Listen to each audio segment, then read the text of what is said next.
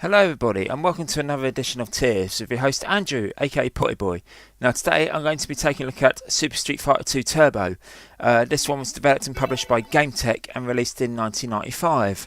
I thought I'd take a look at this one, seeing as the last game I reviewed was Super Street Fighter 2 New Challengers, and I did a review of Street Fighter 2 The World Warrior a while back.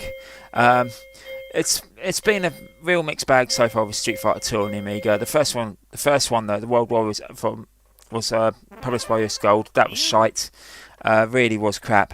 And the next one, Super Street Fighter 2, the New Challengers, which was also published by US Gold, but I don't think it was developed by them, was actually really good. I was really quite impressed with it. But let's just see how this fares.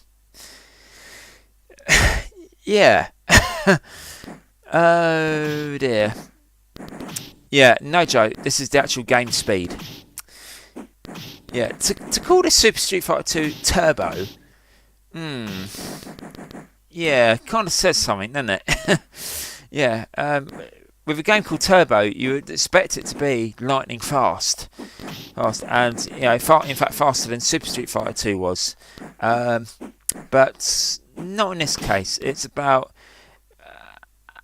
It's like running on MAME, but the frames skip up to about 10. Even on super fast Amigas, this game runs jerky as hell, and it's horrible. And one of the other things why it's like really jerky and slow as well is that the program is for we'll just lower the frame rate rather than make compromises, because in this version, whereas what they did for most of the other home ports was obviously they made compromises and stuff to save memory, and one of the more common ways of making compromises was to remove the backwards walking animations. I believe they did that in like the Super Nintendo ports and things, but here they decided not to bother. So yeah, they left all the animation. They left all the animations in and stuff. So talk about not making any compromises. So they said, we won't make compromises. We'll just make the game run really slow and things, and come on about 10 floppy disks. Actually, to tell you, if you do have to install this game to a hard drive if you're playing the floppy disk version. And as a matter of fact, this game only works on AJ machines. It was also available for the CD32 as well.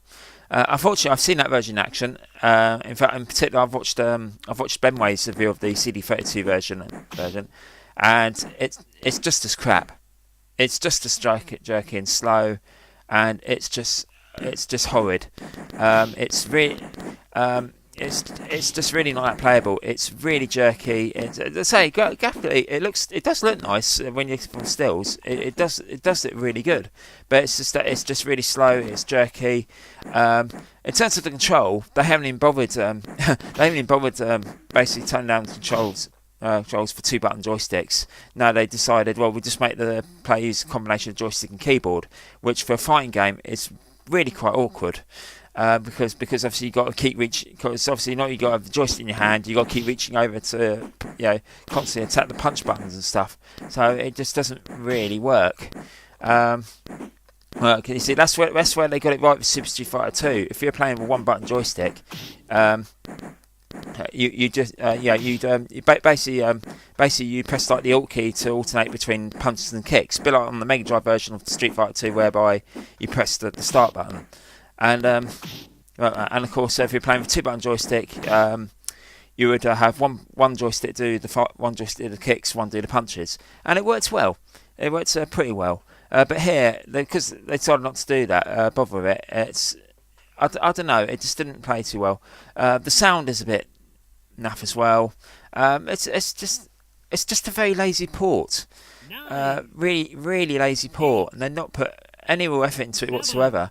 Absolutely no compromises at all. They try to make it too much like the arcade game, and it's just a really. This is just a really shoddy port. I think you get the gist of what I'm trying to say now. I know I didn't go into too much detail with this, but it's all you needed to know. It's Super Street Fighter 2 Turbo on the Amiga isn't that good.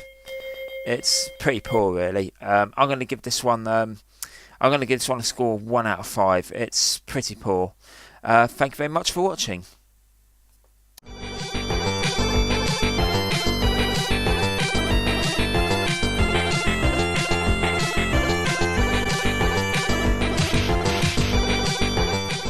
Things like this, things like that. It's all good in the long run.